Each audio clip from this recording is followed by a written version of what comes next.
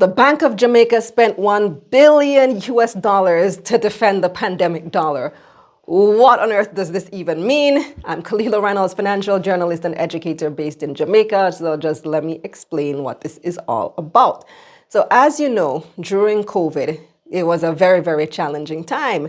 The entire tourism industry was shut down, and all of Jamaica depends on tourism as one of our major income sources and one of our major sources of US dollars. Additionally, we were receiving less remittances. Remittances, of course, is money that people abroad send back home to their families. Remittances represent 20 to 25% of Jamaica's entire economy. So these are two of our major sources of US dollars. And when during the pandemic, there were fewer ways for people to send remittances back home. One of the major ways is actually travel. Somebody's coming to Jamaica, they send some cash with you to give to their family, right?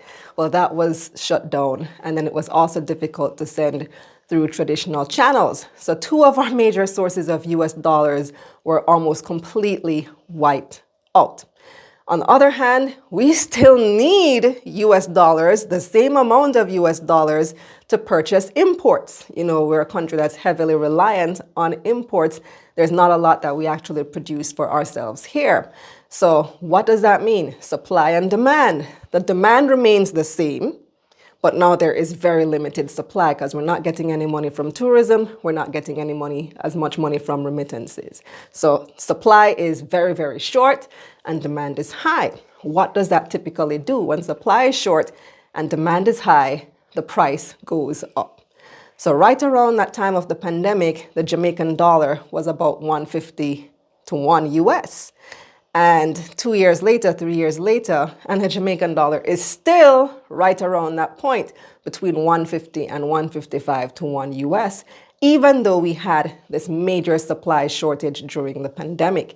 So because the supply was short, that typically should have sent the price of US dollars soaring. So it should have ended up being like 170, 180, or $200 for 1 US because the few people who have it would have been selling it high, would sell it more expensive, right?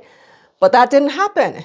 And that's where that's because the BOJ intervened, and that's where this headline comes in, where it says the BOJ spent $1 billion to defend the pandemic dollar. The Bank of Jamaica has a few billion US dollars in reserve right there in the central bank. So that's what they're referring to when you hear about a central bank reserves, currency reserves. I think it's about 3 or 3.5 billion that they have in reserve right now. So what they did is they took out some of those reserves, sent it out to the banks, the financial institutions, all the people who typically sell US dollars, so that the cost or the exchange rate didn't change that dramatically.